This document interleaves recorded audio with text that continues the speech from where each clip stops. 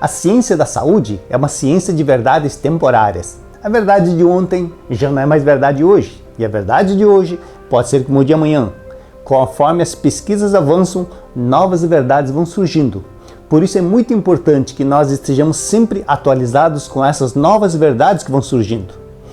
Então, dentro dessa série Atualizando Conceitos da Saúde, vamos falar hoje sobre refluxo, sobre azia, aquela queimação que as pessoas sentem, aqui no peito.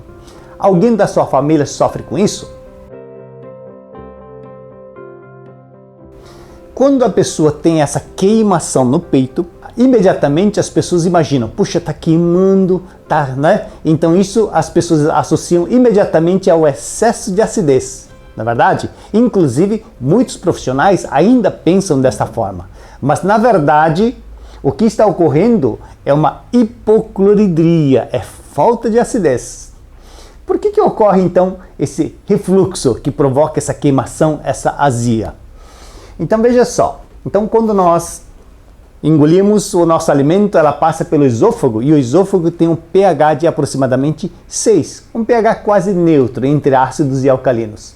Mas quando ela cai aqui no estômago, o estômago ela está liberando o ácido clorídrico, do suco gástrico, e o ácido é tão forte que o pH dela é bem poderosa. O pH dela é em torno de 2, para fazer a quebra das proteínas, para fazer uma digestão das proteínas.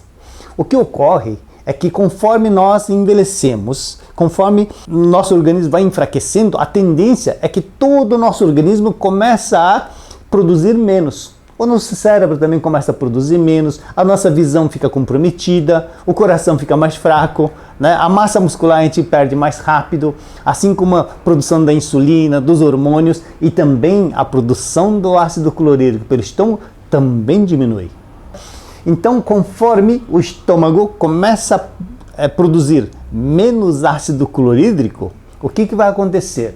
Então, o pH do estômago, que era 2, ela passa para 2,5, para 3, 3,5, 4. Aí, o que acontece? Quando o pH do estômago está em torno de 2, e aqui está, o esôfago está no 6, aqui nós temos as válvulas, aqui chama-se cárdia. Então, aqui tem uma válvula que ela fecha para que o alimento que está sendo digerido no estômago não retorne para o esôfago.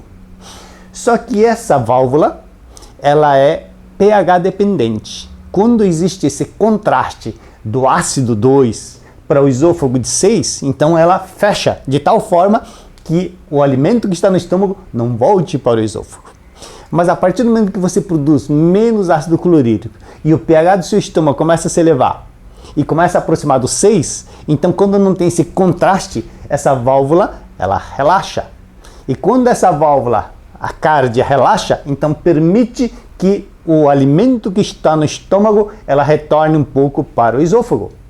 Agora, mesmo que o pH do estômago esteja mais elevado, comparado ao pH normal do esôfago, ainda ela é muito ácida. É isso que vai provocar aquela queimação, aquela ferida no seu esôfago. E quando você vai tomar os medicamentos que são os prazóis, o que esses medicamentos vão fazer? Então eles vão anestesiar o teu esôfago, não é verdade? E o pior é que ela também vai contribuir para que o teu estômago libere menos ácido clorídrico. Então você já está produzindo pouco. E você recorrer a esse tipo de medicamento vai trazer mais problema ainda para o teu problema. Então, azia refluxo, na verdade, não é excesso de acidez, é sim falta de acidez, falta do ácido clorídrico liberado pelo teu estômago.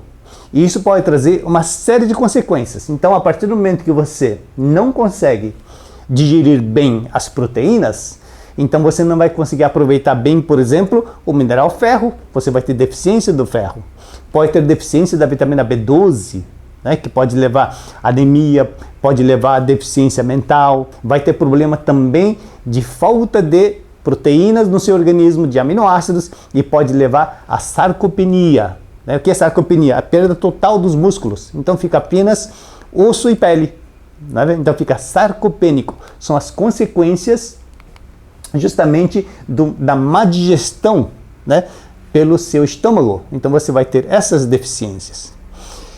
E quando você está com o pH elevado, então a digestão demora muito. Então a digestão lenta, demora para você fazer digestão, porque até conseguir digerir um pouco, para mandar para o duodeno, então isso leva muito tempo. Então é uma digestão muito lenta de uma pessoa que tem essa hipocloridria.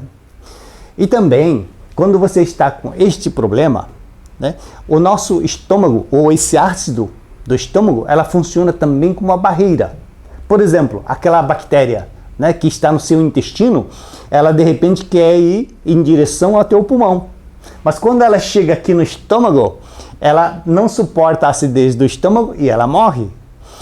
Mas se o pH do seu estômago estiver elevado, ela resiste a esse pH mais elevado e aquelas bactérias do intestino, ela pode subir e pode chegar no teu pulmão, né? Então provocando uma infecção pulmonar.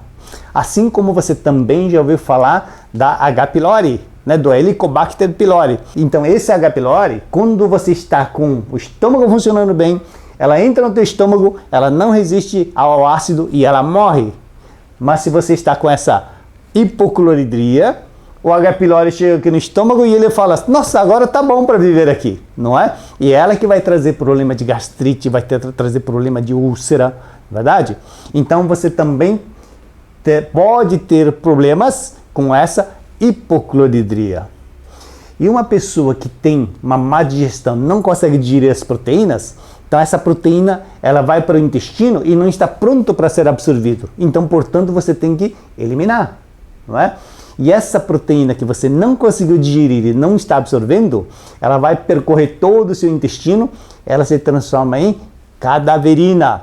Só pelo nome você já pode perceber o cheiro que ela vai exalar, não é verdade? Então, como é que a gente percebe se tem em casa uma pessoa com hipocloridria ou não? Depois que essa pessoa sai do vaso, né, tem que ficar um dia sem poder entrar no banheiro de tão mal cheiroso que está. Né? Então, pessoas que têm, né, evacuam com um cheiro muito forte, com certeza está com hipocloridria. Tá? Então, o que a pessoa tem que fazer para resolver o problema pela raiz? Usar esses medicamentos? Infelizmente, não é. Porque ela só vai piorar ainda mais a situação, porque ela vai diminuir mais ainda a produção do ácido clorídrico. Só em alguns casos especiais que é necessário, se a pessoa estiver, por exemplo, com uma gastrite, uma úlcera, por algum momento talvez seja importante utilizar esses medicamentos. Mas não é por qualquer queimação, azia, é que deve utilizar esse tipo de medicamento. Então você tem que fazer o quê? Você tem que fazer com que o teu estômago possa produzir normalmente o ácido clorídrico na quantidade suficiente para fazer uma boa digestão, para fazer um bom aproveitamento dos nutrientes e para que você possa produzir esse ácido clorídrico na quantidade correta. O que é necessário fazer? Além das receitas que provavelmente você já deve conhecer, por exemplo, água com limão de manhã, isso ajuda muito a estimular o seu estômago a produzir mais ácido clorídrico, manter o pH do estômago em níveis ideais. Água com limão. Vinagre de maçã orgânico, também diluído na água, também vai estimular você a aumentar o ácido clorídrico. Assim como você também, se você conhece os suplementos da Nil, você pode tomar Floranil de manhã. Então também são, né, como é fermentado, tem um pH ácido, ela também vai estimular a produção do ácido clorídrico. Agora, só isso não basta. Para que o teu organismo possa produzir esse ácido clorídrico, é necessário que você tenha alguns nutrientes muito importantes. Por exemplo, o zinco, o iodo, a vitamina B1, a água suficiente e também você precisa do potássio. Então todos esses ingredientes são necessários e para estimular água com limão, vinagre de maçã orgânico e também Floranil de manhã são as opções que você existe para melhorar, né, a sua hipocloridria.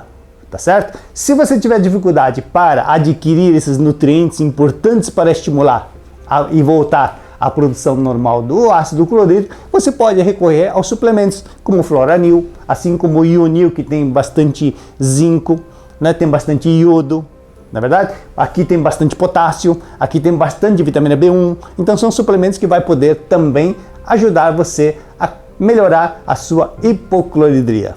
Se você se interessar por alguns suplementos, entre no nosso site, né? E pegue informações e contate o nosso representante para que você possa esclarecer todas as suas dúvidas e possa melhorar a sua qualidade de vida. Muita saúde para você!